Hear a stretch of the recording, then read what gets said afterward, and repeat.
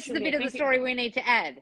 They're both in different countries. So this is like a long distance situation. So anyone who's in long distance relationship or thinks they can't get their specific person because you're long distance or in two different countries, listen up to Marianne's story. So Marianne is currently in Oman and her husband, is in the USA. Right. And we met while I was there, and it was like the tail end of my trip, and I had gotten out of this, what I call a situationship, right, when just before I met him.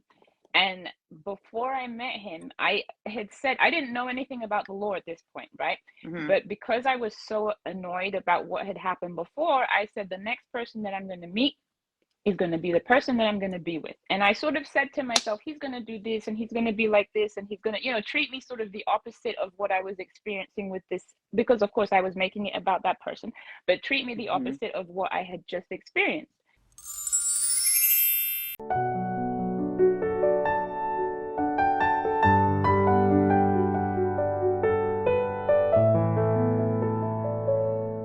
Here she is. Hey. Oh my God, don't tell me that I forgot my bloody AirPods. Oh, Christ.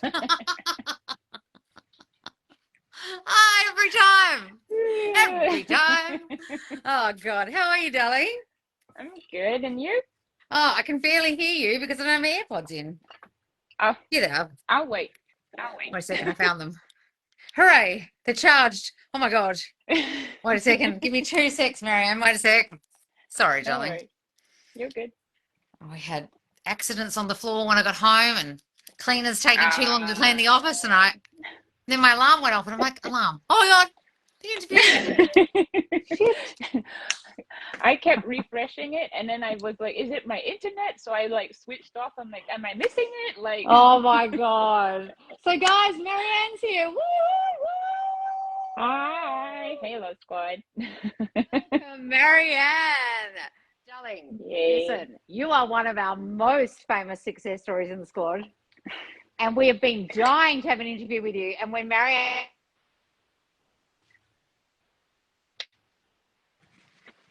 I'm thrilled. Oh, you went out for a sec, Loz.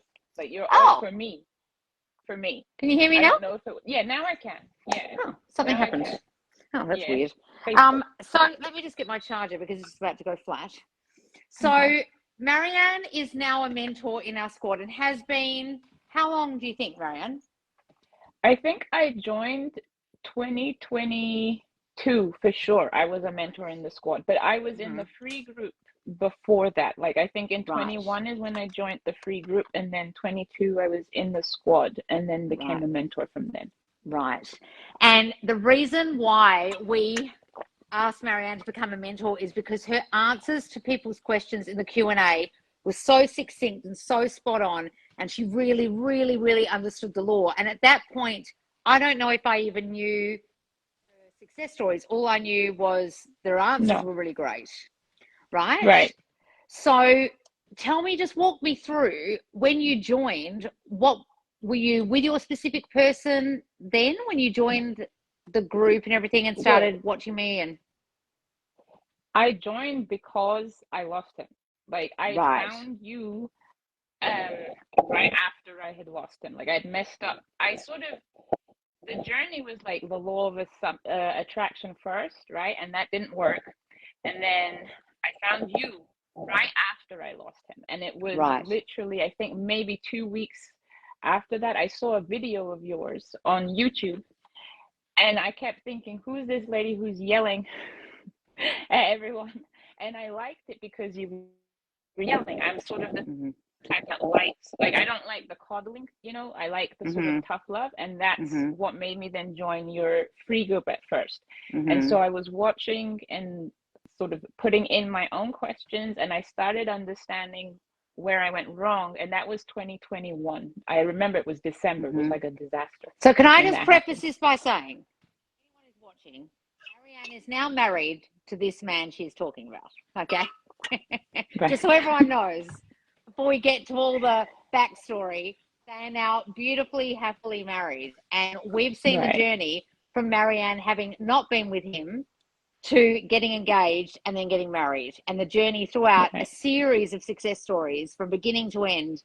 in the squad and the free group. Okay. Right. So we've really been following her on her journey. So when you say you lost him, how long were you together before that? I had originally met him in 2018, actually. And I had met him, it was like a chance thing where we both smoked cigarettes at the time, and literally over a cigarette, I met him. And so, and I was on vacation. And so when I met him, I wasn't, I'm like, I'm on holiday and I'm going to be going back home to, because I was in the States when I met him. And so hang on, this is a bit of the story we need to add. They're both in different countries. So this is like a long distance situation. So anyone who's in long distance relationship or thinks they can't get their specific person because you're long distance or in two different countries, listen up to Marianne's story. So Marianne is currently in Oman and her husband, is in the USA. Right. And we met while I was there, and it was like the tail end of my trip, and I had gotten out of this, what I call a situationship, right? Just before I met him. And before I met him, I had said, I didn't know anything about the law at this point, right? But because I was so annoyed about what had happened before, I said, the next person that I'm going to meet is going to be the person that I'm going to be with. And I sort of said to myself, he's going to do this and he's going to be like this and he's going to, treat me sort of the opposite of what I was experiencing with this, because of course I was making it about that person, but treat me the opposite of what I had just experienced. And so when I met him, I was thrown, because a lot of the things, like that first initial meeting, we were talking about our like interests, and he's like, oh, I do this. And I was like, wait, so do I. Oh, I am interested in art. And I'm like, wait, so am I. And so every time he was sort of ticking off, like saying stuff, I was like, oh, that's funny, and I didn't realize what it was. It was just me saying I wanted this type of person, and so that's sort of how we met in 2018. And then there was a whole slew of, I don't know if you want to ask anything else, but there was like a whole slew of other. Of other what? Or do you want to say? No, like it was good, right, in the beginning. Hang on. So you met and then you had to go back to Oman. Right. So, okay. Status between you. What was the status between you? Before I left, yeah, he had said to me he doesn't want this to be, because in my head I was like, I'm leaving in 10 days and this is great, but I'm leaving in 10 days. And so he then says, this isn't going to be like a situation thing, right? Like we're going to have a relationship, right? And I was like, yeah, we're going to have a relationship. Sure.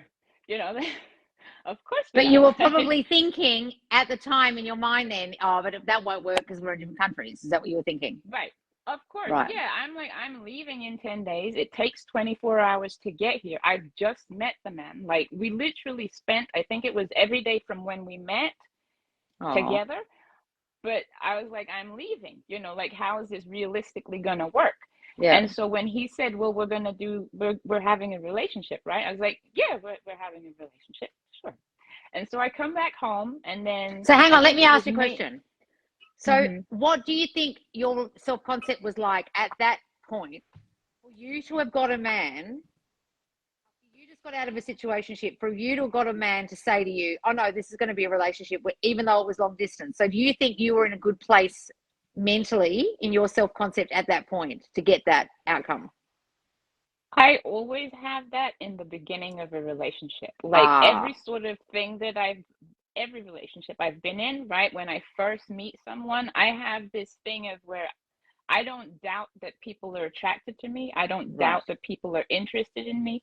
I don't doubt that they want to start that, right? But once it gets deep and I start to like develop real emotional feelings, that's when my self-concept starts to kick in, like the shitty stuff starts to kick in. And that's how I would usually always sabotage relationships, was it's like, oh, there must be someone else. Don't trust him. So, and this is all stuff that I had from when I was a kid growing up. I heard nonsense.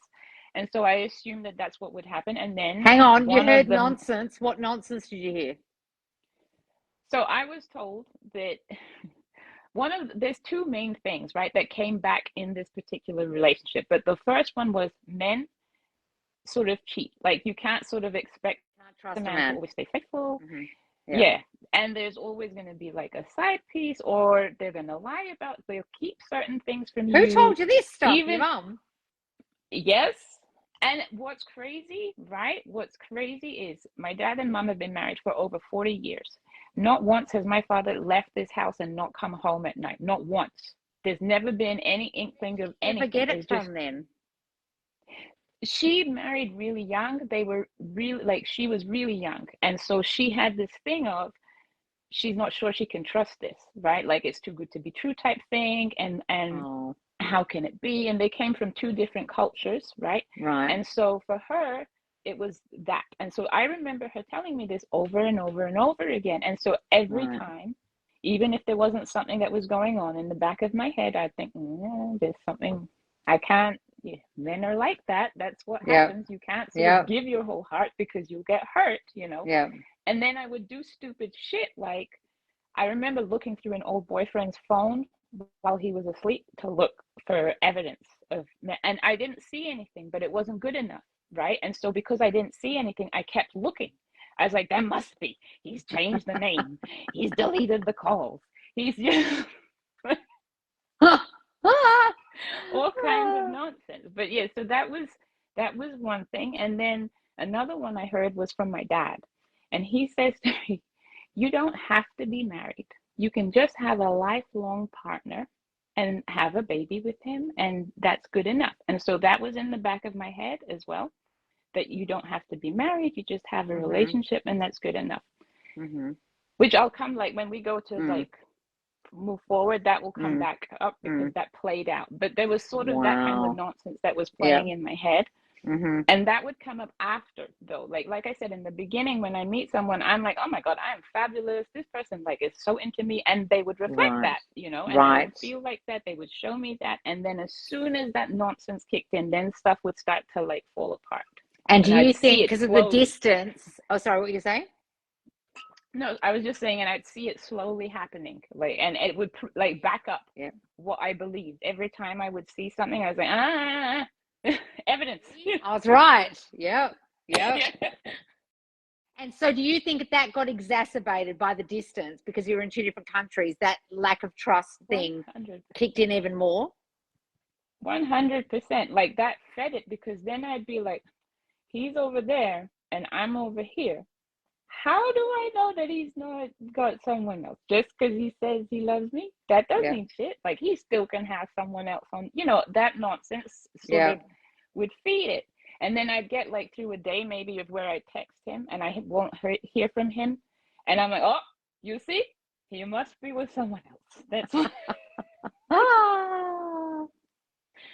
Yeah. It's crazy how it plays out when you become aware of it, right? Before that, I always used to think I am so intuitive and I am in touch with and I have a sixth sense. That was my sixth sense that predicted that. So then how did it progress? So you went back to Oman, you were together but long distance. Right. And then I went back again. He flew me out again. And it was maybe, I think it was 4 months after I'd met him, I went back.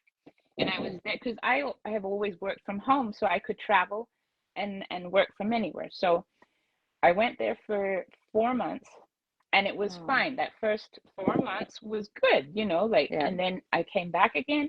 And this is now 2019. And he flies me back out again.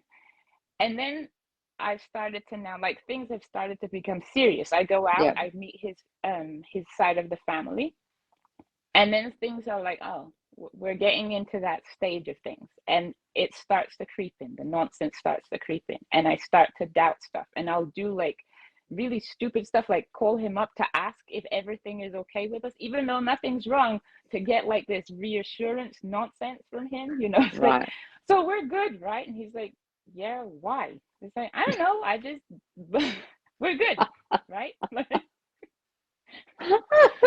So, yep. Oh, it's sounding so familiar. It's so annoying when you think about it. It's ridiculous on the other side of it, but when you're in the middle of it, like, it seems so. in your rights to say these things because you're feeling these things and you're thinking these things, and of course you would logically ask these things. Yeah. Right. Right. And so I would do stupid stuff like that. And then I think we'd gone to New York and visited his friends and came back, and the trip wasn't bad, right? And then all of a sudden I had in the back of my head, I'm like, okay, so we meet his family, we meet his friends, it's getting to that stage. And in my head this whole time, I told you, my dad had said, oh, you don't need to get married, you can have a long-term relationship. Yeah. And he pipes up with, oh, I don't think I've ever seen myself getting married. And so in the moment of when he said that, I was like, that's not a problem, because from what I could just be with the yep right. So I'm like, that's okay, that's fine. And then the more I thought about it, it's like, wait, like, no, that's not okay. I actually do want more than that. And so I would think stuff that sort of reinforced the fact that I wasn't going to get that, and he would reflect that in his behavior towards me and what he said, and then that would just trigger this whole thing where I would spiral about it. And I'm the type of person who I don't say shit in the 3D. Everything works in my head all the time. And I've said this in our Mentor Mondays and stuff, like, I'm someone who thinks that people don't see it, but my face expresses everything. Right. My body English is everything. Like, it's not just that he's picking up on what I'm thinking, like, he can see it when I'm in that sort of place, And so I was just triggered all the time about everything. So this is where, guys, Marianne's trying to teach you, like, she didn't have to say a thing to pick up on all the insecure thoughts she was having. Everything that was triggering her internally, she wasn't externally describing to him, and still picked up on it. So how does that work? Oh, that's how this works, right? Right. No, and he'd do stuff like, I remember I had been out there, and I think he'd gone to meet a friend of his for some opening or something. Right. And he did it in this way where, like, it's him and his friend that got invited, and I was like, the fuck do you mean just you two are gonna go? Like, what about me? You know? And he's like, oh no, it's just, I'm gonna go for a bit and then I'll come back, it's not gonna be long. And of course, again, it was my fearful thinking, right, of that's what he's gonna do, he's gonna, like, go push me away and there's someone else, that kind of nonsense. And he came back and I was triggered as fuck, but I didn't say anything. And again, he comes in, he sees that I'm being cold, but I'm not, like, saying, oh, why did you leave me behind, and that type of thing. And so he comes, he's like, oh, so you're upset? And I was like, why the fuck do you need to ask me? If you can tell, why the fuck do you need to ask me? And he's like, I'm sorry, I didn't realize it would upset you, but of course, I pushed it out, and he reflected that nonsense. So we did that for a bit. And then the like breaking point was, he said he needed to be alone in a cave. And I remember this nonsense conversation. Fuck, Marianne, this is sounding so familiar in my life. It's like I'm hearing my own story here sometimes.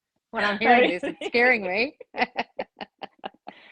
Wait, when like I said, we came back from New York, it was good. And all of a sudden, and I remember this scene because he'd come over with pizza. I was so upset about this. He came over with pizza, and we're about to eat. And I wanted to go in to give him a kiss, and he sort of was, like, cold about it, right? And then in my head, I'm like, what the fuck? Okay. So we're eating our pizza, and then he says, oh, I need to tell you something. Oh, God. Okay. And then he's like, so I've been thinking that I need to, be working on me, and I need a little bit of space, and it's not about you, and I just need to be on my own and focus on myself. And I'm looking at him, I'm like, why the fuck do you come over with pizza? Like, and, like, everything is all right, and now you're spilling this stuff on me. And again, this is before I realized about the law of assumption, right? So I get very upset. I'm like, I think it's time for you to leave, and I'm giving you the key back, and I do this whole thing, leave. And I was a mess. Like, it's, that. But I bet you weren't a mess in front of him, though. Of course not. From I was him. cold. I was like, oh, you want to do that? You go do that. If Go do that's that. what you Oh, need I'm to so do, good at you you go go do do that. I'm that. so good at that. I'm Right. fine. But if that's what you need to do, you do you. You know? Exactly. And as soon as the door locks, and I like crumble to the floor, you know, like. Exactly. But he didn't see any of that. Nope. And so he don't know. So yeah, I'm all right in his eyes. I'm all right. Yeah. But I was a mess. Like that scene in the bathroom, like, you know, when you cry in the shower, like you're a ball. I was a ball in the shower, crying. Like I had water, Lord. I'm not joking. Water in my ear. I had an infection after that shit because I was laying on the floor crying and water was going. You think I'm joking, and I'm not. Oh God! I had an ear infection from this shit. I was so upset from laying in the fetal position in the shower, crying. in the shower while crying. It is over, you know, like it's. Meanwhile, he ridiculous. thinks you're fine. Right, right, right. I'm like, no, you're good. You go ahead. You do you. I'm all right over here. If only God. you knew.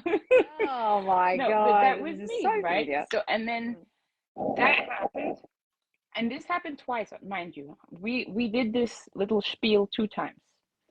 So whoa. So then what happened after that one? So how did that you reconcile after that all happened?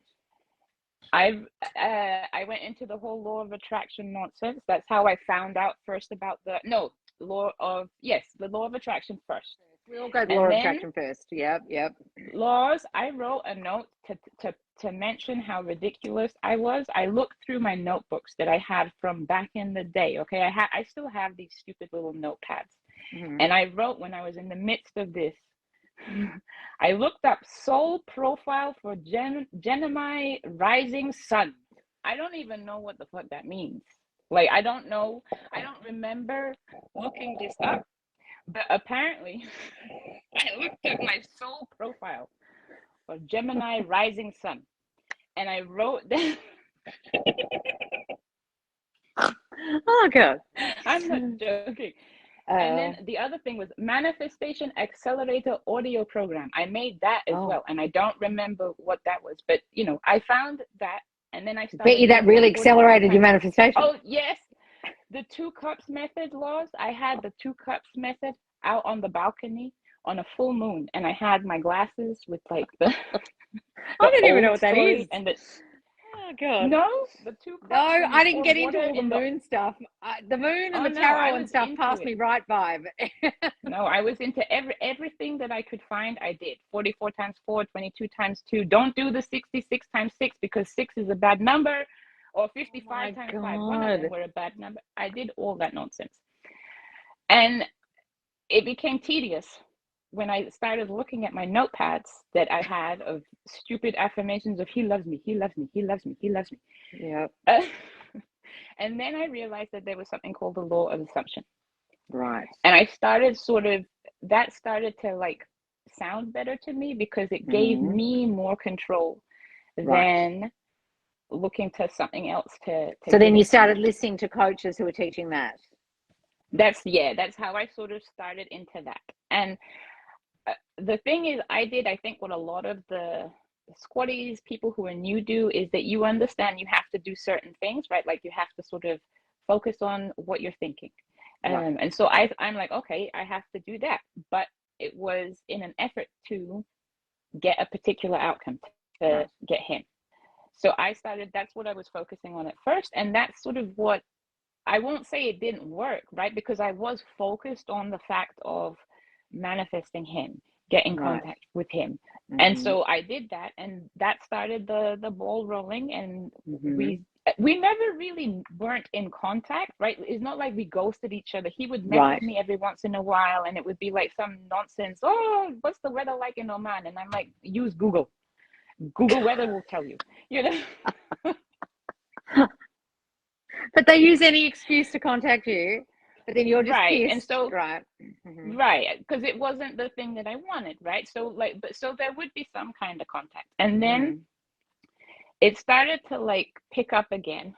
And I was speaking to, I had a friend from one of these coaching groups. I met someone who was also into the law of assumption, and we started going back and forth. And he says to me, what is it that you actually want?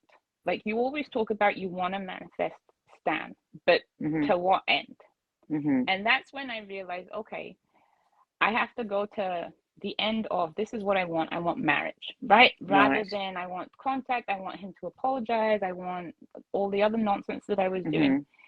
And so I wrote in my journal, I went to America. I did like a whole script of me being in America and him asking me to marry him and all this stuff. And it was on Thanksgiving and all this detail. And he picks up the phone. I think it was a week later. He picks up the phone to check in on me. And so we're talking. We get to talking about my sister and her husband. He was her boyfriend at the time. And I say, my dad is like, the two of them are two peas in a pod. And he says, yeah, like us. And I'm like, like us. And then he says, I'm just waiting for my wife to get out here. And I'm like, yo, what? He's like, yeah, when's my wife gonna come out? And I'm sitting there, I'm like, I don't know, you talking about someone else? Like, who? And so he started out this ball of, come out, let's talk about getting married. And mind you, we've not had that kind of conversation in ages. All of a sudden, so just go back and tell everyone what you were doing. You think manifested that outcome of him going from talking about the weather in Oman to then him saying wife. What do you think you did?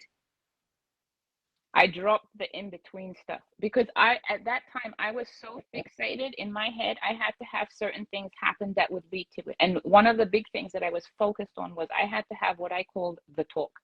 And the talk had to involve him saying this particular thing, this had to happen. Like, I had scripted this whole thing out. But you wanted an apology from him, or what was the talk going to be about?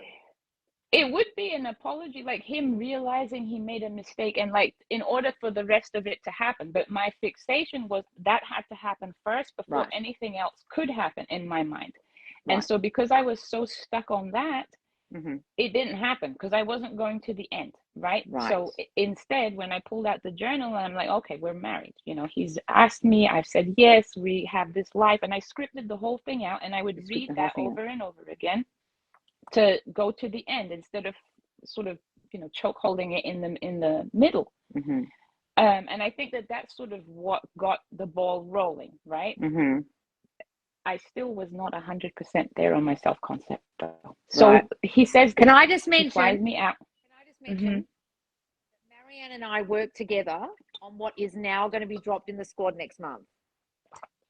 What Marianne is describing to you that she did, we worked on together for you guys to do for yourselves. So you might have seen the announcement today that we are dropping a course called Happily Ever After.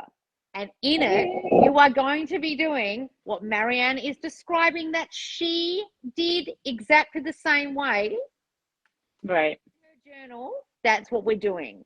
So the way Marianne is describing how she was living in the end, describing how he was going to be, describing what he was going to say, how he proposed, all these things, this is what we're giving you in Happily Ever After this September in the squad. Okay, so listen very closely to what Marianne's telling you, because that's what you guys are all going to be doing next month in the squad. Yeah, because I think, Loz, one of the things that we get the law, we understand sort of the sort of concept behind it, but when it comes to putting it into practice for us, at least for me, right, it was always, I was great at telling someone else how to do it, but when it came to my own personal story, it's like, oh, but you know, this happened, this is the circumstance, this is the whatever. And so it was difficult to sort of get past that and go to the end until it starts to click, right? And so he flies me out, I go there, everything's great. I'm having dinners with him and his mom, you know. But hang on, whoa. So he flies you out, but what's the status? Like, did you have a discussion about what your status was? With him, it's like this thing of, we just go back, we fall back into like, he's like, oh, where's my wife? I'm like, oh, she's coming. And so he's like, well, come. And so he gets me a ticket and I go out because he says, you're gonna be the woman that I'm gonna marry, right? So I'm like, okay, great, I'm coming. So all of you who want to have the talk and want to rehash what happened and want the apologies and all that stuff, can you hear how Marianne's saying? He literally gave her exactly what she wanted. He said the word wife, which is what she was in the end of. They didn't have to have this whole rehashment of what happened, and he said this and she did this, and I was crying in the bathroom, and I'm saying sorry about the way I treated you, and you treated me bad. Let's forgive each other. It wasn't necessary. Right. And I think that that's a good point to make, because I think that that's what a lot of people get. I was stuck on needing to have that in order to get the rest of it, and it's absolutely not necessary, and it makes you question, which is what I'm going to get to. Like when I get to back to him, right, he flies me out, everything's great. I still have not completely fixed my stupid story. And I remember sitting there with him, his mom, we've had dinner, and his phone rings. And he answers the phone. He doesn't like get up and leave. He's sitting next to me on the phone. And I hear this female voice on the other end. And so I'm like, who that? And I'm waiting for him to announce to whoever is on the phone, I'm sitting here with my girlfriend. In my head, I'm like, he better say that he's sitting next to his girlfriend. Now, logically, right? Who picks up the phone and they say, hey, how are you doing? I'm good. I'm all right. I'm just sitting next to my boyfriend, Stan. Yeah. Who says that? Nobody. But in my head, but you wanted that. To hear that. That's what I needed to hear to be reassured, right? It did not come. And that sent me on a whole other thing. No. This bitch, and why did he not say that he's with me? And needless to say, I left again after having another ear infection, because he said something to me that upset me. Right. And I was in a place, right, where I knew at that point I was aware of self-concept. I was aware of, and this is where I found your video, like your videos. Right, at this point. Right. And I said, I'm not in that place where I can pretend like I can go along with what he said, because what he said upset me, right? I was like, that's the opposite of what I want, is the opposite of what we've been discussing. So I'm not in a place mentally where I can pretend like I'm okay with it, because that's what I normally do. And then I'm like doing a whole shit show in my head. So I did my thing of, that's not for me. This time though, right, I was like, something needs to change. I can't keep doing this cycle either with him or someone new. And in my head, I was like, I'm going to start working on this stuff for me so that I don't have to experience this. And if it's with him, that it's something like better than it was, great. If it's with someone new and this person comes in and it's not the same sort of pattern, great. And I left. Oh, so you were thinking if it's not him, it might be somebody else even at this point. You were thinking. Yeah. Right. At this point, right? Because I was so sick and tired of my shit.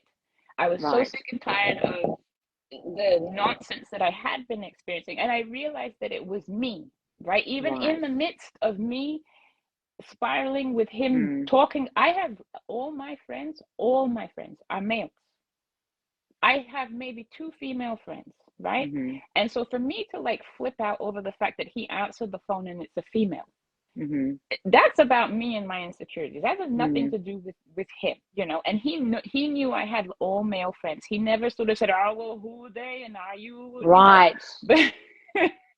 But in my head, because of the way I was thinking, I'm like, oh, that's not okay for you to do. It's okay for me to do. But not you.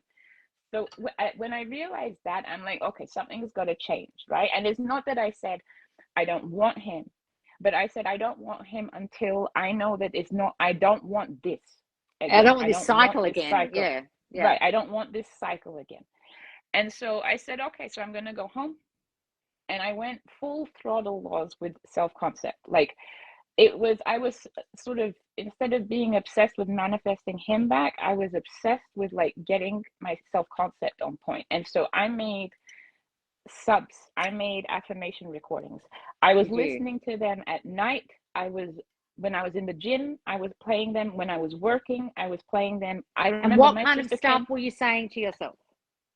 All self-concept that was saying the opposite of my thoughts, like, for example, when I think, oh, that someone else is out there that's better than me. There's no one that is better than me. I am the best. I'm irreplaceable. No one, I'm threatened by no one. That kind of, anything that was opposite of the nonsense that I was telling myself about myself. And I focused, I would say it was like 95% was self-concept. Right. And there was 5% of him in it, because I still loved him. It's not like I didn't love him. And you're still going to think of them. Yeah. Right. And so I would do that every day, all day. And I did that for a month and a half straight, pure every day. And then I realized that there was something that was still bothering me. And that was that conversation that I had with him before I left, right? The one that upset me, because that kept on popping up in my head. And every time it would pop up in my head, I'd replay the conversation. And I was like, right. And then it would sort of tell me that that's how he feels at the moment. Even though I had this belief in, like, in my heart, I was like, there's no one like me for him, right? It doesn't matter who he knows. It doesn't matter who he meets. There's only, like, there's one me, and I know that I was special to him, right? So I kept that sort of thing in my sort of conscious thinking, but subconsciously the rest of it was doing amok. So when I started to realize that that old story was playing, I fell upon revision. Revision became like this thing of, okay, I'm going to rewrite that story, and I'm going to do it in a way that it plays out. And it wasn't like this, oh, he didn't say this, he said this instead. It was, I like played up right up until that point of when the nonsense was said. And I rewrote what he said to me in my head. And that led to, like, in my mind, that led to, we're married, you know, because he loves me, because he wanted to be with me, because he chose me, rather than saying, oh, he's felt bad about the fact that he said whatever he said and he took back. I didn't do it in that kind of revision. And I wrote that and I recorded it as well. And that was sort of my way of. So you recorded him saying something completely, like, you thought of him saying something completely opposite. Right. But and when together and married. Yeah, and the revision was not necessarily even that he's saying it. Like, it's almost like I was telling myself a story. I was recalling a story of that conversation, and like he called me up and he said, I love you, I want to be with you, that type of thing. It's like, you know, that kind of what you wanted to hear replacement. Right. And so I did that again. And I want to stress something, Loz. I think that sometimes we get so fixated on, like, time, because if you think about it, like, we had in between all of this, the long distance, COVID happened. So I couldn't go anywhere and he couldn't come anywhere. We were stuck. Even when we were together, we were still at a distance, you know. And so there's things that can come up and prolong things, and everyone's like, I need to have it now, and and it's not necessary. But anyways, I did the revision 5 days after, and I would play it at night, like as I'm getting ready to go to bed. So you recorded the actual story? Oh yeah. Yeah. I had written it out to, like, have it as what I would say to myself, and then I recorded it. And that was like when I'm taking my makeup off, I would listen to that as I'm taking my makeup off, and I'm sort of playing that in my head as I'm hearing it. I would, like, sort of imagine myself on the phone, hearing him say that to me, and then I would go to sleep and play my self-concept. And then 5 days after that, I went with my mom shopping. And we parked the car, and I pull out my phone to look, and I see that I have a missed call and a text message from him. And he said that something had happened for him personally, like in his life, and that he wanted to talk to me if I could call him back. So I tell my mother, my poor mom, I'm like, Ma, you need to go up. I'll just call Stan and I'll come up. So I call him back and he explains what happened. And then he says he realized that when it happened, that he looked and he realized that I wasn't there, and that the person that he wanted to be there was me, and that he had sort of, as he put it, he messed it up, right? So I was just listening at this point to what he was saying. And he starts to now sort of explain, like, I don't know if you're willing to give it another chance. I don't know if you're willing. And he immediately starts to talk about it again. Like, he's like, I don't know if you're willing to, like, give it another thought of us being married, but I do want to be married to you. And so we're on the phone, Loz, for 2 hours. My mom is stuck in the mall for 2 hours walking groceries, clothes, and all this other stuff. Bless your mom. I know. I felt bad. But oh, God. So that's sort of what then, for me, I think the two things that helped, right? Your message of self-concept, and yes, everyone wants to do self-concept and wants to change their self, and you want what you want. There's nothing wrong with wanting what you want. But what I realize is when you do it in a thing of, I'm going to do this in order to get this thing, and you're not actually changing yourself. You understand that you need to say self-concept affirmations. You understand that you need to stop thinking the nonsense, but you're doing it as for an outcome. That's what I did before, and it wasn't actually changing my self-concept. I just understood that that's what I needed to do, and then actual real, nonsense was still here, and so it would keep creeping back in. And so that and revision for me were the two things because then again, I stopped being that version of me who was the version that he had that nonsense conversation with that I didn't like. And I was like, I'm living in the end of, this is how the conversation went, and we this is our relationship, And so, so after 5 days, we had that conversation. 2 weeks later, he's like sending me pictures of rings. He's like, I'm looking at rings. Give me ring ideas. What ring do you want? Oh.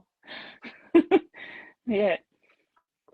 So that was, I don't know if do you want me to stop? Do you want me to say anything else? Everyone wants to hear the whole thing. Right. So then, okay, so hang on. So how long did it take between that and him talking about ring ideas and then you coming to us in the squad and going, he's asked for my parents' hand in marriage?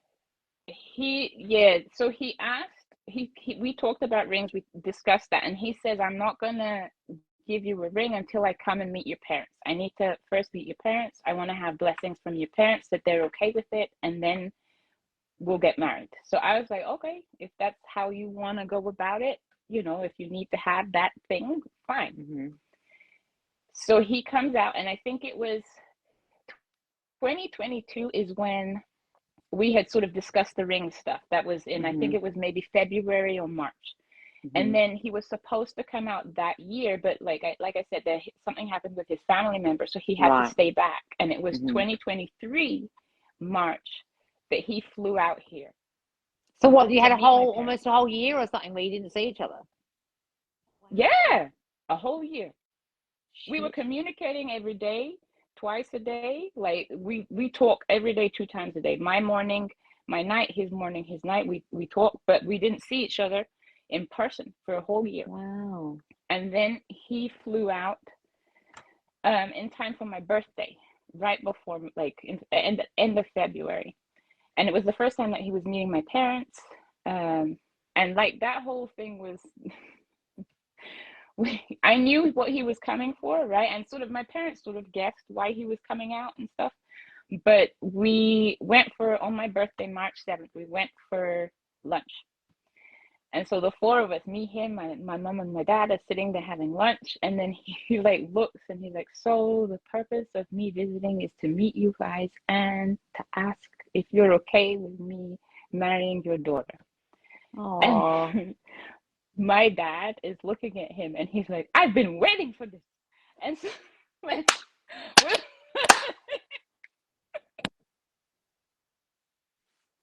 oh, classic. So it was like, oh, hurry up, where have you been, type. So oh, it was funny because we were sat there once, like 4 of us, it was so weird, holding hands across the table from each other because they're like giving their blessings, and like we're holding hands in the restaurant, and the waiter's looking and he's like cheesing, and they're like, yes, of course we give your blessings. And oh, that's so cute. Oh, and this is a guy who, can we just remind you all, rewind this, and right, did he say at the very beginning to Marianne, when he started to have doubts, he said, I don't want to get married? Right.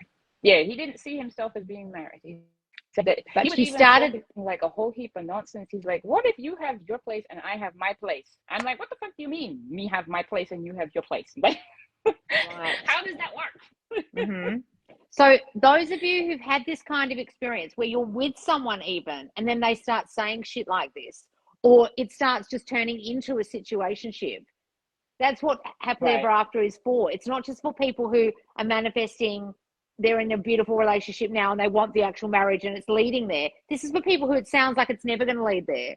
Or you've completely broken up, or you've been ghosted, or you've gone no contact. Marianne's got elements of all of that in the story. That's why we collaborated on this. And so it's coming from a place of really listen to what Marianne's saying about to go, you know what, that's the end I want. It doesn't matter that he said at the beginning, I don't want this. I want this. And it doesn't matter that my dad was like, oh, you can just not be married to someone and have a baby. I think I want this. So why aren't I manifesting this? Right? So I think a lot of this course is going to be one of Marianne, us talking about like, we're not going to sit there talking about your triggers and talking about why don't you think you deserve this. We just want you to get into the story of this is me in this new story. Like it's not, a lot of our courses are like, you know, talking about your triggers and going into the backstory and figuring out why you think the way you do. We've done a million courses like that. This is telling it in the way that Marianne is telling it here. It's like she just decided, like she did the self-concept work. We're deciding that you guys are all doing the self-concept work that you should be doing. Then on top of that, you are going to, with us in the squad, month of September, do this course so that you can manifest in the same way Marianne did your happily ever after, because she decided she fucking deserved that. Right? Regardless of what she was told, what she heard, what was being seen, the circumstances between them, the distance, the time, whatever. Okay? So I need you guys to understand, we're not going to be sitting there picking apart what are your triggers and your self-concept story. You've done all that. We've got a million courses about that. We've got the self-concept course, Worthy as Fuck Love, do those. This is about, okay, why aren't we stepping into this story, and what is it about this story we find so hard to even accept? So let's just get into it. Let's make it. Let's visualize it. Let's imagine it. Right? And the more you do it, the more believable it becomes because you're living in it and you're writing it. Like you were saying, you were listening to revisions and you were looking at journal entries and you were just living in that end, weren't you?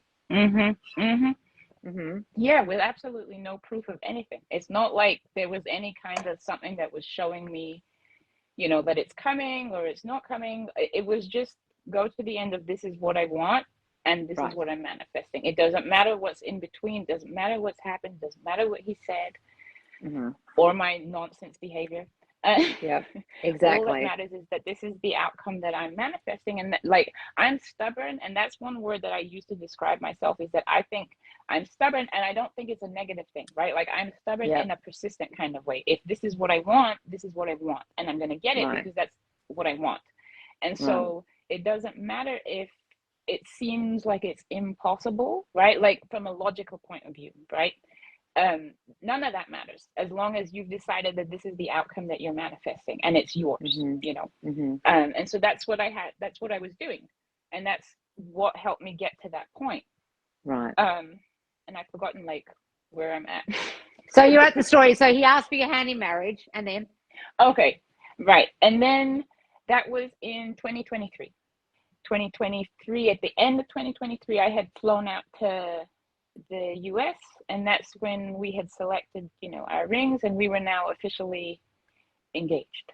And then in 2024, he flew me out again, and that's when in June we got married in June. And like, I remember getting the rings, right? Mine was ready before his. So I was looking at I had it on my finger and all this stuff, and he got upset because his ring wasn't ready. And so when his ring came in and it was ready before we were actually going to do the ceremony, both of us were walking around with our rings on. And I'm sure this is like some kind of nonsense, superstitious, some people think is bad luck nonsense. But we were walking around with our wedding rings on before we got married. And then on the day of the wedding, we'd taken off the wedding rings and put them back into the box to give to the minister so that we could just put them back on our fingers. Because you were already married in your mind. Right. So you were just wearing them already? Oh. When we would walk around, someone had walked up and asked him if I was his wife. And he looked and he's like, yeah, before we got married. And he's like, yes. And his mother had, when we were at her house, someone came and visited and she's like, oh, this is my daughter-in-law. And so when she said it, I like called him up and like, your mom just called me daughter-in-law. Yeah. Well, my brother's fiance, sister-in-law, I have for, they're not married. They're yet. Right.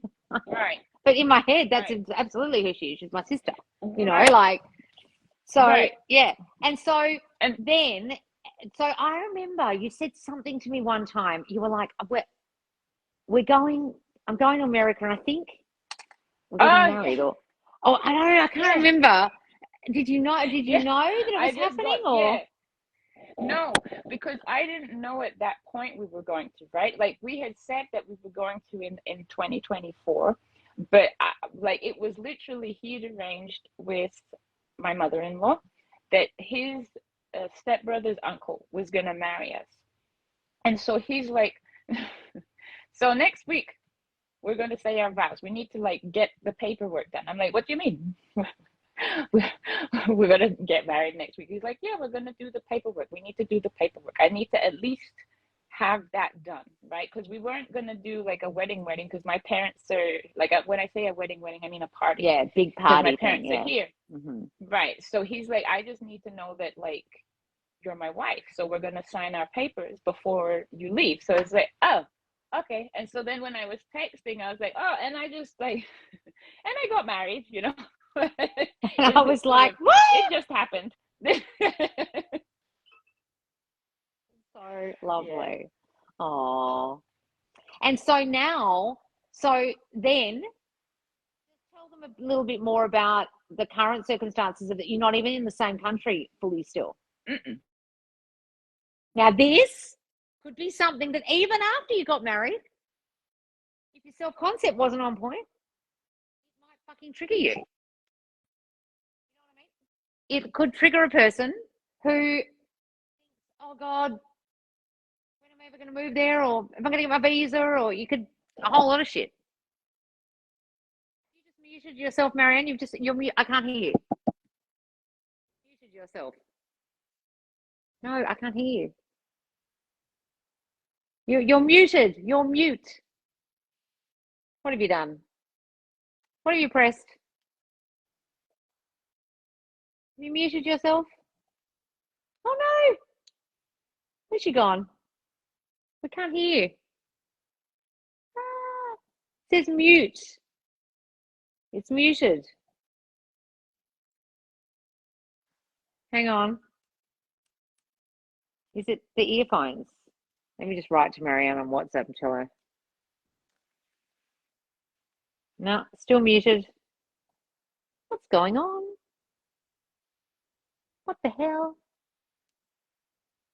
Hang on, guys.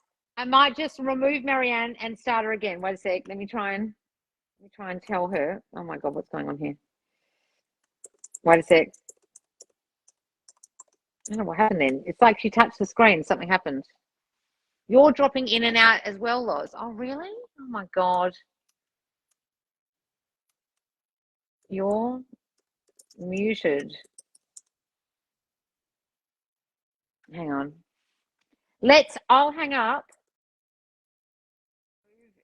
You, then add you again. I'll just remove you and add you again. Okay? Just wait a second. Marianne's familiar with this Facebook. Because she's a mentor and she does mentor Mondays every second week. She's very familiar with this Facebook business. Okay, let's try this again. So I'm going to add her again, then we can hear the rest of the story. Wait a second. Where's she? Wait a moment.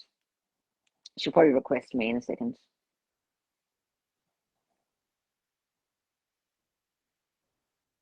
Yeah. She's not there. There she is. Whoop, whoop. She's coming back. We lost Marianne for a second. Oh, my AirPods are working. She's here. Can you hear me? I don't know what happened. That's Don't crazy. worry. I don't know what the hell.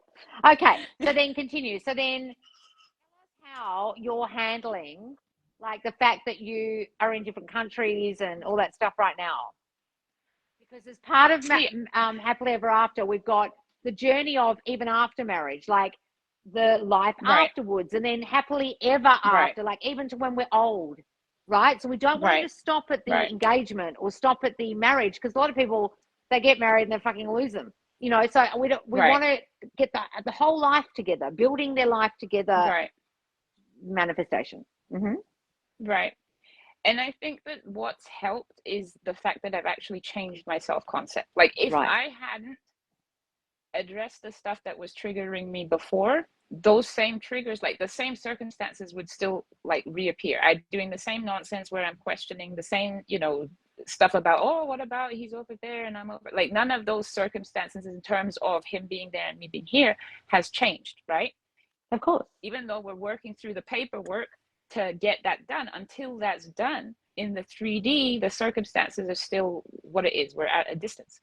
But I've not sort of looked at it as like, I don't see that there's this threat out there of like that's gonna make him go away, you know. And when you think about it logically, when we start to like, and when I say think about it logically, I mean the manifestation process. When you look at it and it's like, okay, I have this person and this person has chosen me and this person has said that he wants to love me. Yes, it is me who has put the thoughts out and he's reflected that, right? But when I start to like do the thing that I used to do where I'm like, oh, well, there are girls that he's going to go. There were girls there the whole time. Before he met me, there was 1 million women that are living in the US and he still didn't get married to that, whoever it is. Yeah, and he's a good looking guy. To everyone, you, by the way, he's a very good man. He is. He's very easy on the eyes. I will not lie. He is a very good looking man. And so he could pick, like he could pick whoever he wanted, right? And the other thing is, I think this is as well in moments, because I won't like lie and say that there haven't been moments where still my old, you know, the old self concept Marianne still will pop up every once in a while.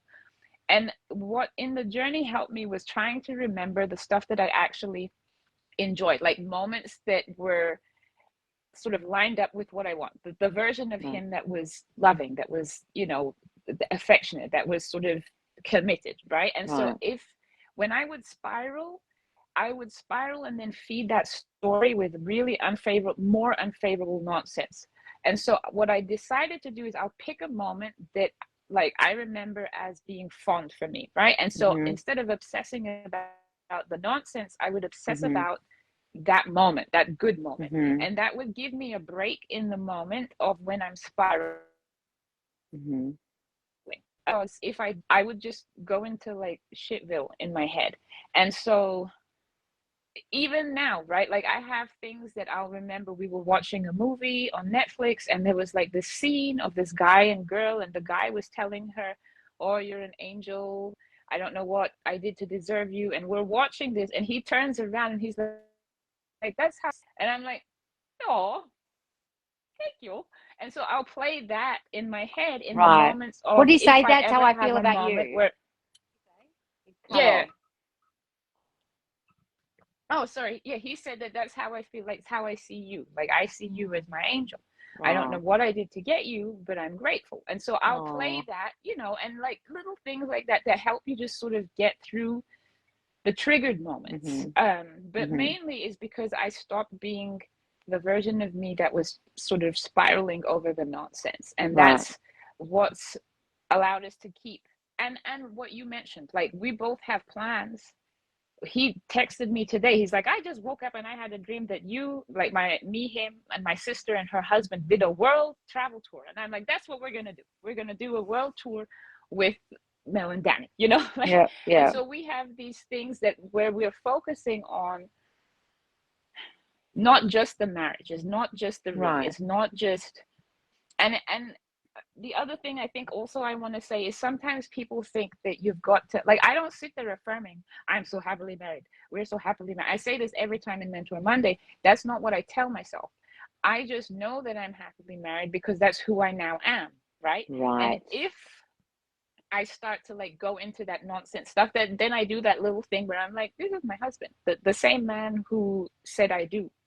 This is the person who said, you know, this stuff to me. And so I'll remind myself of that, so I stop thinking the nonsense. Right. But it's just this sort of, you once you start to like become that version, you don't need to reinforce that story of I'm the only one he wants, he chooses me every day, he says he loves me every day.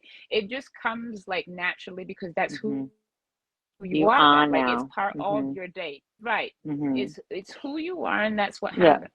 It's almost like you've said it so many times, or you've become that over and over and over again so many times. You've just become her now, so you no longer need to talk about yourself in that way because you are that way. Right. So you don't need to keep reminding yourself, I'm the only one he wants, I'm his wife now, I'm his wife, because you are. Like, you are now, you've stepped into the state of the new version of Marianne that no longer thinks that way about herself. So she doesn't have to keep reminding herself that she's not that, because she isn't. She actually isn't. Right? So even though they're both in different places, and even though they're married and obviously things could come up, but because he is now the version she wants, and she is now the version she has become that she desired, those conversations that she was having in her mind before that were helping her are actually now no longer really relevant, because they were only relevant to the version of Marianne and the version of him that she held in her mind previously. Right. Yeah, because I think it's like you're reinforcing when you're affirming something over and over again, it's like you're telling yourself this is now who you are becoming. It's almost, that's what I was doing. Like when I was not married, right? And I'm telling myself I am married. In the 3D, I realized that I was not married, but this is who I'm becoming, right? I am wife. He is my husband. He is my husband until he became my husband. And when he was my husband, I'm not saying he is my husband because he is. Like, I don't need to. It's like my name is Marianne. Why would I be saying my name is Marianne? My name is Marianne. It just is. That's it. That is who I am. Right. And it's the same with that. I think that's what maintains it, instead of, you know, yes, you visualize the living in the end. Yes, you visualize that you're old and wrinkly and, you know, doing, I don't know, drinking tea together. But from a place of this is what we're doing, not from a place of I'm doing this, I'm telling myself this in order to manifest this outcome. It's like, no, I'm already like an 80-year-old woman who's married to Stan, and we're happily married and drinking tea together. And the thing is, guys, it's interesting that I'm just thinking of something that someone said in the office today, because we were talking about how I was going to interview you. And by the way, anyone who doesn't realize, Marianne's not only a mentor in Subconscious Laws Squad, she's also one of my most valued employees. So everyone in my team knows Marianne and deals with Marianne on a daily basis in my Perth office. And someone in my Perth office said today, Loz, have you ever been married? I said, no. She said, why not? And I said, you know, I've just had a realization whilst you asked me that. Because as she said, why not? And I said, do you know why not?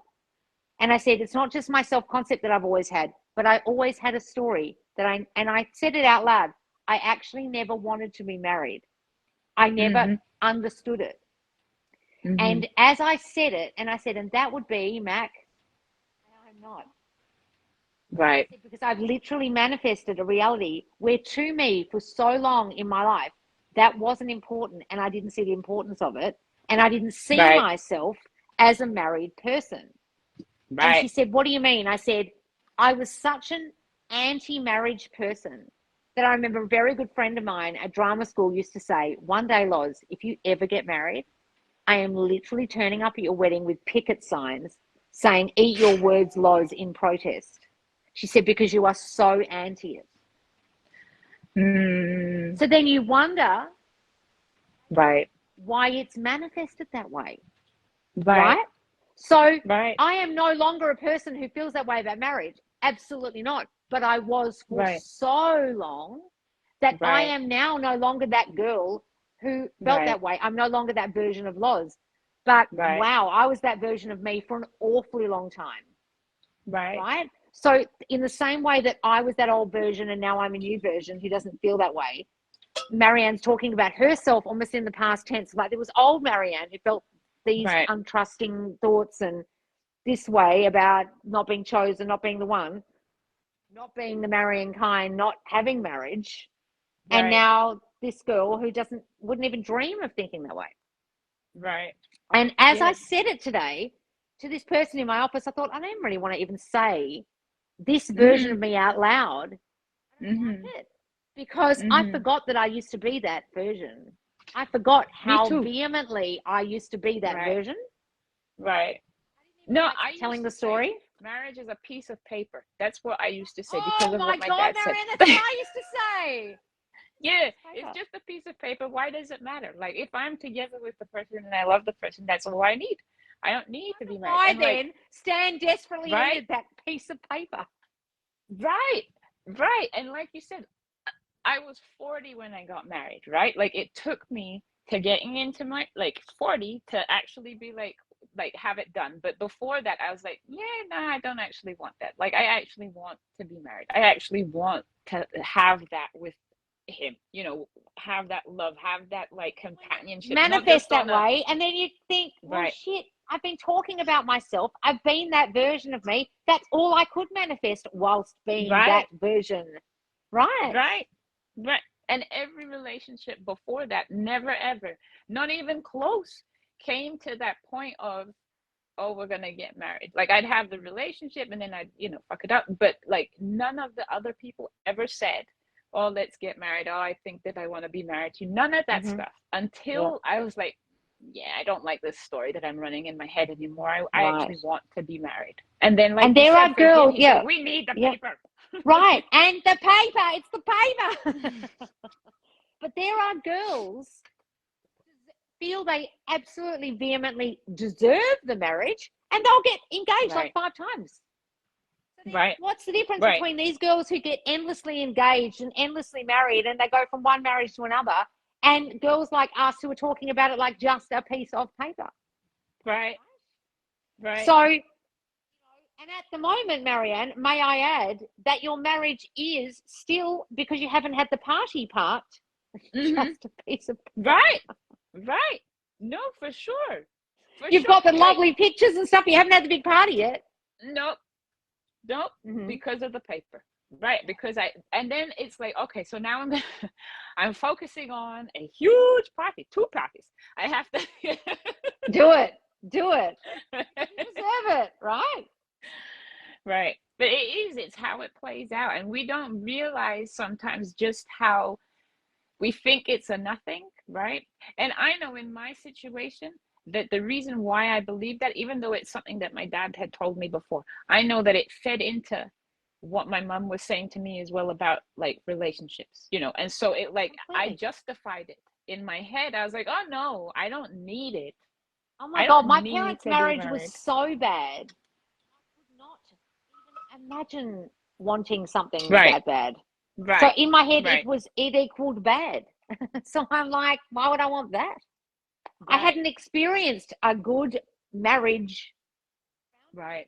And the only people that represented that to me were my mum's mum and her second husband. And I remember when he died, my brother got up. It was the most beautiful speech he made at the funeral. And he said, he showed me what love is. And he was crying. And I thought, yes. And he'd watched them. And they were this old couple walking down the street. He was always holding a hand. And he loved her so much. And it was just like this ultimate just fairy tale love story of 2 very elderly people, right? And so we watched that, my brother and I, like, oh, that's what it's meant to look like. A man who adores her, will do anything for her. Right. And she went from, so she had 2 versions of her. A version who had a husband, my mum's dad, who was abusive, who was a gambler, who abandoned her, who went and started a whole new marriage with somebody else and even called his new children my mum's name. Stop. Then my nan changed her whole self-concept, found a man who utterly reflected that and adored her. And the way she was compared to the way she then was with him, she would literally sit there and be like, oh, you're a lucky bugger. And he just like doted on her. I hardly ever saw her doting. I mean, she loved him, but he was the doter. He was the one like this to her, right? Because she had completely radically changed, because she'd gone through so much shit. And I wish I'd asked her when she was alive, like, how did you do that? And I think I did one time, but it was like two opposing, diametrically opposite people. So she had to become that version of her who felt she deserved that beautiful, beautiful adoration and treatment, right? And so you're talking about yourself in that way of like, oh, this is the girl couldn't trust a guy and thought she would never get married. And now this Marianne, who we all just think's like a fucking queen. Like I said the other day, we were trying to find a picture you put on a carousel, and I said, use that picture of Marianne looking like an African queen. And then we put it on the cover, and then how did they find that picture? but then I was like, hang on, I didn't look at her face properly. She looks really sad and like really serious in this picture. And it was like, it said something like, she manifested her happily ever after. And you're like, it was like, find one where she's smiling. Find a smiling one. No, but Laura, it's definitely like, even with Stan, right? He's a completely different. He was not a bad person when I met him. He was nice. He was nice. But he's like a 180 of what he was before. Tell us how. So if I get, like, let's say I get in a mood, right? He's from New York. Like, he grew up in New York. And so in my mind, New Yorkers have a certain kind of like, they're, you know, like they're straight. They go from A to B without sort of talking to people, and they're serious type thing. So he would say something to me and I'd be like in my feelings about what he said, right? I'd internalize it before, and it would just be something that that he said in his mind. Now he can say something to me, and again, I don't say anything, right? But he will immediately notice that something's up, and he will not let me walk away without him coming to give him like a kiss. He's like, come over here. And if I don't want to come over, he walks over to give me a kiss to say I'm sorry for whatever. And it's like over the smallest nothingness. We got into a thing about like the radio or something like that in the car, and he said, "Don't touch it, don't move it." And I was like, "You what?" And then he said, "Oh no, I'm sorry." And he came over and gave me a kiss. I was like, "Okay, that's all right." Yeah. So you're saying that back in the day, he wouldn't have done that "give me a kiss" thing. He wouldn't have been that guy. No, like he'd say that he wasn't being serious. Like, why are you in your feelings about it? Like, I just said don't touch the radio type thing. Right now, I'm like, you what? And then he'd come over and be so super like affectionate. And I remember when we first met, he used to say he doesn't like. I'm very sort of, I like holding hands. I like. And did he say, I don't like that? I've had that. 100%. Yes, 100%. He doesn't like holding hands. Right. But this man will not, like, if we're watching movies, will hold this part of his arm and he'll have his hand on me. If we're sleeping and he doesn't feel my feet on him, he'll throw his feet on top of me. Aww. And I'm like, wait, this is coming from Mr. I don't like affection. I don't like holding hands. All of a sudden. You're all affectionate. So what do you think you did then, Marianne, to switch him to this affectionate, giving the PDA, always need to touch you? I get that treatment. Like, in my mind, is what I wanted, but I didn't always think that I would get that, right? Is what I desired to have, but I didn't always think that I'm the girl who gets that from that person. And with any partner, it's not just with him. Like, when I was with other partners, they didn't like doing that either. And so I craved it, but never thought that I got it, right? So how do you think you now get it? Why? Because I see myself as that, and I see him as the type who wants to do that for me. Like, I see him, I used to say that we would not, in my head, we don't leave the house. Whoever's leaving doesn't leave without coming to give a kiss goodbye. I mean, not if we're going for 5 minutes or something like that, right? But like, if we're going out for work or we're going out for an hour or something, in my head, I'm like, this is what my relationship looks like. We are affectionate. Yeah. We give each other kisses. We're like that type of couple. And so now when I'm there, if I'm working and he's about to leave, he doesn't leave without coming to give me a kiss. And when he comes back, he doesn't come back without coming to give me a kiss. Right. And so it's how I changed how I see myself, and I see how he treats me, and he reflects that back to me without me. Like, I've never once sat down with him and said, you have to give me a kiss before you leave, and you have to give me a kiss when you come home. Like, right. it's just, that's how I saw myself in the relationship. And so he is that way with me. And like I said, it's not that he wasn't a nice person before, but he wasn't this version of him now.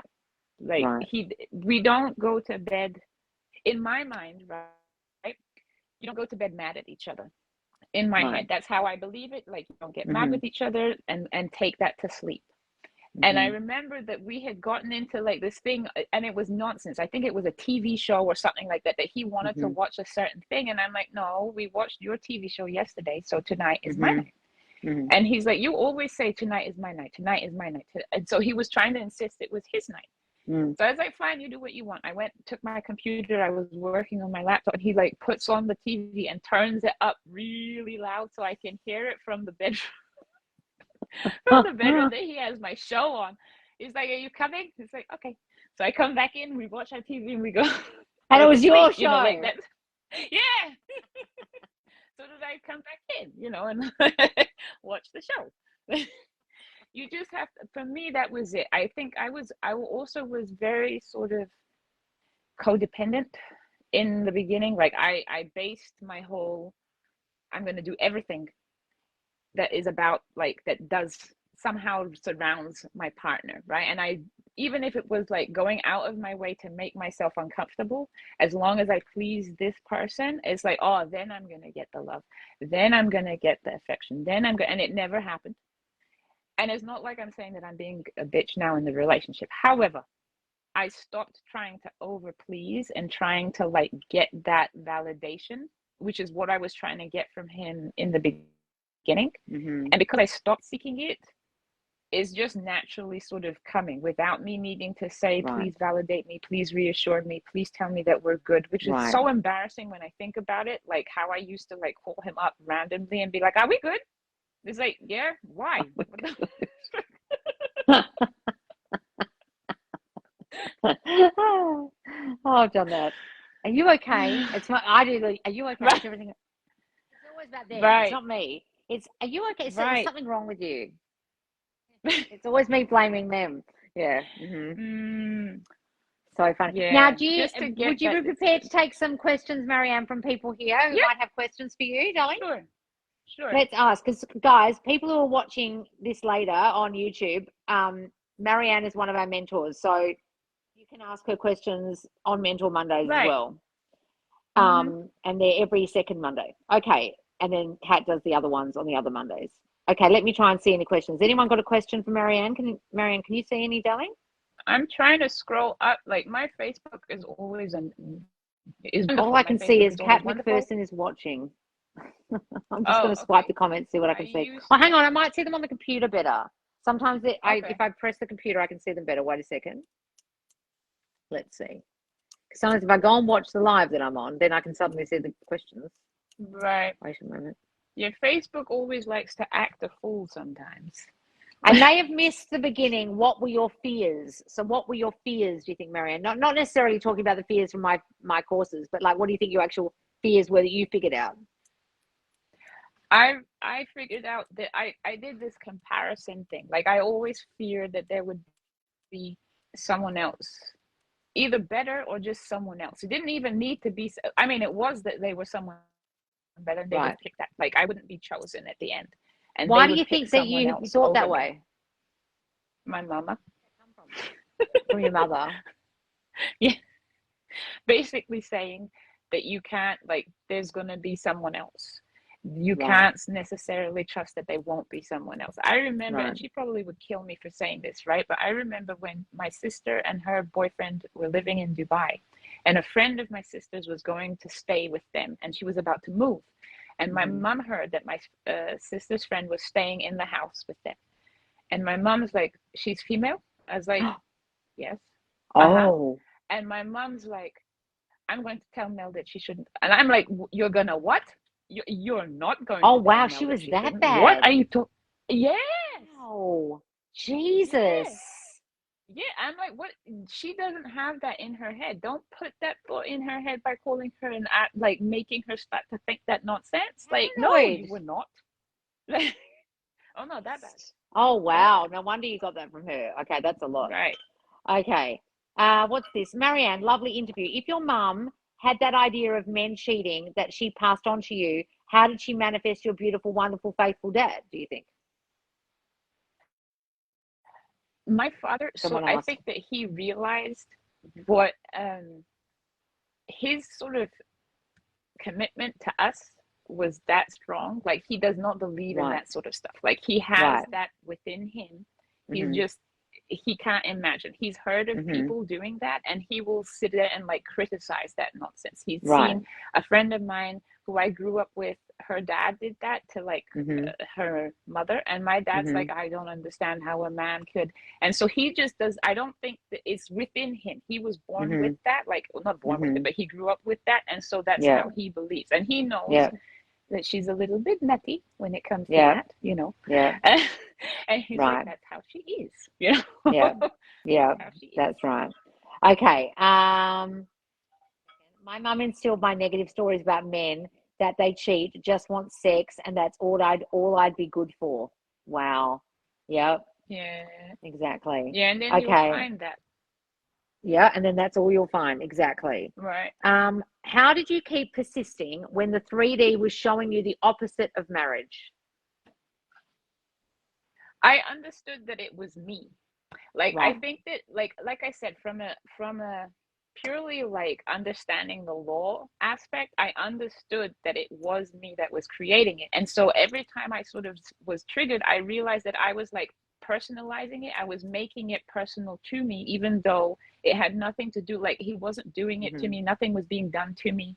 It was me Yeah. that was manifesting it. So from a logical Mm-hmm. point of view, I said, okay, this is me projecting this is what's being reflected back to me, and I know where it came from. Like I understood it's from here, it's from these Mm-hmm. thoughts. And so when it was reflected, it's not personal. Like it's not that he was rejecting me, it's not that he was making like punishing me or didn't want me or whatever. It was just that it was me who saw that or thought that of myself, and therefore he Mm-hmm. reflected that nonsense back to me. So how can I blame him for that, you know? And so I just went to the end of, okay, this is the nonsense projection. I'm still gonna get this. I'm still Right. gonna be married. It doesn't matter whatever is happening right now. I'm still getting Mm-hmm. that marriage, you know, Mm-hmm. regardless. And And like I that's said, why I you have don't need this to say anything about it when the nonsense comes up, because you're like, right, oh, not right. for me. No, I know, right. Mm-hmm. Every Mm-hmm. time something popped up, I was like, ah, look at that. Yeah, right, That nonsense. exactly. Exactly. How did you Every handle time. not being with your SP or not seeing movement? Again, from a logical point of view, I understood that I'm here and he's there. Mm-hmm. So I wasn't sitting there like I think sometimes for some people when they live next door to their SP, sometimes for some of you that might be a little more difficult when you're not seeing the movement than when there isn't that aspect of. In my head I'm like, unless he gets on the plane and flies out to Oman and gets in a taxi and pops up at my doorstep, Yeah. right, I'm not going to bump into him down the street. And so Yeah. I wasn't like sort of fighting with that. But again, there was this thing of that doesn't matter. Like I met him, and Yeah. again, I would go back to remembering things from the past. I met him at a distance and we still chose each other. We still chose to be in a relationship, despite the fact that after literally 10 days, he's like, oh, we're going to be in a relationship, right? And it's like, yep, that's what we're going to do. And so Right. Right. I just went back to like, he picked me for a reason. He picked me to say he wants to be married to me. He picked me for that. So Mm-hmm. I remind myself of that rather than fixating on the opposite or like the nonsense that can make you Mm-hmm. spiral. Mm-hmm. Because that I shit live will forward. Yeah. mess Sorry. you What up. were you saying?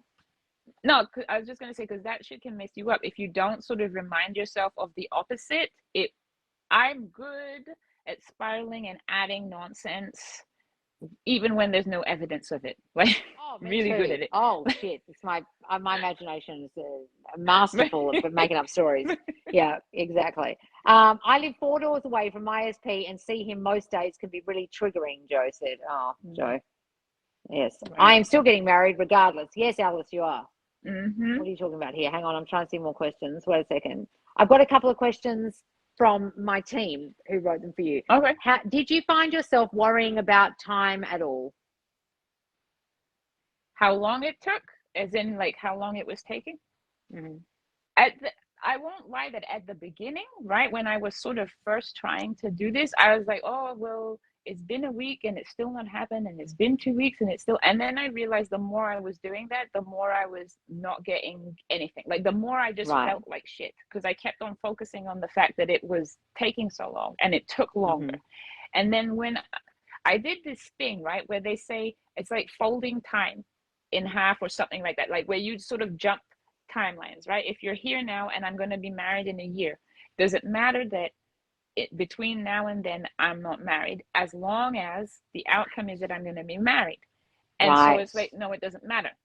So no, I don't focus on the time. How long so it that's takes what we want you matter. to do with the happily ever after course, because if we're going to the end, the folding of the time in between when you get to that marriage part and the happily ever after part doesn't matter. You're in that right now, in that time. Just fold it and write the stories that you want, and we're going to live in that end. It doesn't matter about this middle bit. Right. Currently spiraling because I want to see him. Oh, Jesus. Talk with him. I guess there's more work for me. What you think? Jesus, what are you doing in here, darling? You're not listening to a word Marianne says or I say. But I know I'm the only one for him. No, you don't. And we're getting married. No, you don't. You can't say, I want to see him, talk to him. I guess there's more work for me, currently spiraling, and then say, I know I'm the only one. You don't know. Guys, so many of you say this, I know this, but right. You either know it and you are in the knowing that you're married, or you don't fucking know it and you're spiraling and you're saying dumb shit like that. Right. What Marianne is trying to tell you in this interview is she went through many, many iterations of herself where she was spiraling, she was triggered, until she just decided to know herself to be the new version of Marianne. Right. But it took work. Listen to what she was saying about how often she'd be listening to affirmations or making recordings for herself to listen back to, or scripting, whatever. Like, are you all putting in as much work as Marianne did, I ask you? Like, some of you haven't even done that. You're expecting miracles, apparently. Like, what we're giving you in Happily Ever After is that work. Have you done it? No? Do the fucking course with us, then you'll do it. Guided by Marianne's story and inspiration from Marianne's story in Happily Ever After, the way she did it.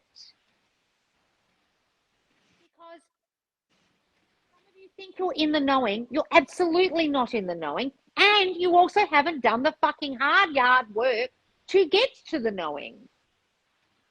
Right. I just wanted to add was, like, I think sometimes we, like I said, there's this understanding of I'm supposed to say I'm happily married or SP loves me, right? Like they understand that they're supposed to assume that. But when it comes to that middle part, and for them, the middle part is, oh, this has to happen. This is the circumstance. No, you're still, even in the middle, you're still supposed to assume that you're married. You can't say, like what I used to do is, you can't say I'm married, but I need him to apologize. But I need him to tell me that he loves me. But I need him to, then you're not married. Like, then you're still in the middle of we're not married. And why do you think I didn't want to tell that story about the old me today? Because I was like, that's the old, I don't associate with her. That's the old Taylor can't come to the phone right now. You know, it was almost like I was disassociating as I was telling the story, because I'm like, I don't live there. I don't know her. Right? Right. Yeah, and that, like you said, that's what we're doing with this, is that you just go to the end. It doesn't matter. Like when you start coming up with the, but I need to fix this, but he needs to do, then you're not living in the end. And I used to do that. Like I used to do, I'm living from the end and I understand it, but until I get there, this has to be fixed. Exactly. Thank you, Marianne, for sharing yourself with us in this live. Your honesty and vulnerability, the details of your life was so generous. I see aspects of the old me in your story. So glad I'm not her anymore. Thank you. Oh, that's lovely. Oh, that's so sweet. Thank you. hang on, guys. Any more questions? Hang on, let me just see. So, guys, just remember what we're talking about here is the new version of you. Have you created them yet? If you haven't, and you really truly want that happily ever after. Now, it doesn't have to be marriage. It doesn't have to be engagement. But if you want to be in a love story, there is going to be a building a life together aspect, and growing old together part, is there not? So you can still do this course with us. And even if you don't care about marriage and you are like I used to be and say, it's just a piece of paper, you can just live in the end of happily ever after. It doesn't involve marriage if that's, if you really want that. But some of you, I suspect, what I'm going to say in some of the coaching in this course, say that because of your self-concept. Yeah. And I will go into that in the course. Right? Right. So there's videos in this course, just remember. So I'm going to be teaching you why some of you think that still. Why some of you think you don't deserve that still. Right? Right. Okay. I think this is probably the longest interview we've ever done. Yeah, we're at, an hour and a half? An hour and a half. It's a marathon. A Marianne marathon. So, guys, just remember, Marianne is one of our most valued members of my staff, but also mentors in the Subconscious Laws Squad. And we have a library coming soon where you can watch back all the previous Mentor Mondays, because Facebook has deleted a lot of videos that were live. So the recent ones are still there, and you can watch them where Marianne's gone live, where Kat's gone live with the other mentors. But we are going to have this massive library opening soon, only available to squad members to watch all the previous Mentor Mondays. So you can hear aspects of Marianne's story, people asking Marianne questions. So if Marianne relates to you or you resonate with her story, you can go back and watch a lot of the Mentor Mondays with Marianne. And you can also join the Mentor Mondays with Marianne every second Monday. She does the UK and Australian time slot, and you can ask her questions. And they talk about themes and things. Marianne, is there anything else you want to add, darling? The only thing I guess I would say is that, like, when Laws says circumstances don't matter, like, it's not just my story, like, it's every single story of someone who's manifested. I think the biggest thing is you guys want to relate to, and I get it, you want to relate to whoever's telling the story because you feel that makes it feel more real in your mind. But at the end of the day, like, the circumstances like literally don't matter whether you're at a distance, you're not at a distance. It still always goes back to your self-concept, and that's what Laws is sort of teaching you with all of that she's teaching you. It doesn't matter the backstory, it doesn't matter the history, none of that matters. You can still manifest whatever you want as long as you decide to make that change, within you, and then you'll get whatever, marriage, money, health, whatever it is that you're manifesting. Exactly. Oh, Kat's written, what a wonderful, captivating story, Marianne. This is the best way to spend my Friday night here with you watching. This will be super helpful for everyone, especially alongside the next course. Not only are you a great person and a mentor, but an amazing person to work alongside too. I appreciate you so much. Oh, isn't that lovely, Kat? I love you. Oh, Kat's our other mentor who does the other Mentor Mondays and also a member of my team. Oh, thank you, thanks, Marianne, darling. That was so lovely. I knew aspects of your story, but there's so much of that I didn't know before, and I never realized how many breaks you'd had. That to me is amazing, because some of that was happening even, I think, when you were here in the group. Was it? Yeah, maybe in the free group. In the free group, when I was in the free group, that second, like, the first one was before I came in, and the second time happened when I came into the free group. I didn't know half of that. Amazing. And now look at you. And show us your ring, Marianne. Oh, isn't that beautiful? Oh, that's gorgeous. Thank you. He got, like, when I said that I wanted one that inserts into the other, and so he got the one that, like the wedding band with the engagement together. I love it. Oh, isn't that lovely? Oh. All right, darling. I will speak to you soon. Thank you so much. Thank you for having me. Oh, of course. We've been all wanting to hear the Marianne story for ages. You're our ultra special guest. Oh, all right, darling. I'll speak to you soon. All right. Bye. Bye. Wasn't that wonderful? So, guys, I know you're all saying thank you. Wow, the ring. Yes, yes. Oh, isn't that lovely? So, guys, one thing I do want to mention is when you're in the squad, you're not meant to write to people who've had success stories. We had someone have a wonderful marriage success story the other day, and people were like writing to her, asking her questions. No, that's really against the rules here in the squad, because we have success stories all the time, and we have like engagement and marriage all the time. You can't write to someone in desperation asking, how'd you do that? That's like my situation. Because then what people do is they won't write their success story. That's why a lot of people write them anonymously, because I know we get so many. So you've got to understand, as part of the rules of the squad and the free group, you're not allowed to DM members. Okay, it's just really against the rules, because it really discourages people then from, telling their success. And also they don't want to be bombarded with your circumstances and your questions. Read their story, listen to what they said, right? Rather than, and you can ask them questions under their posts, but please don't DM them. Okay, so I don't want anyone DMing Marianne with questions. Okay. All right, guys, thank you so much for joining us. Just remember, Happily Ever After starts the 1st of September inside the Subconscious Laws Squad. You will get that course as part of your membership, as well as being able to join Marianne and Kat on Mentor Mondays and me live on Fridays. There's Mondays and Fridays. They're opportunities for you to talk about your circumstances, even though we really rather you didn't talk about your circumstances, but you can hear about the themes of the week, ask your questions of me on a Friday. There's the help of the Q&A forum, and also everyone here who supports each other in the squad. All right, guys, I will see you soon. You can watch this back. All right, guys. Bye. See you. Bye.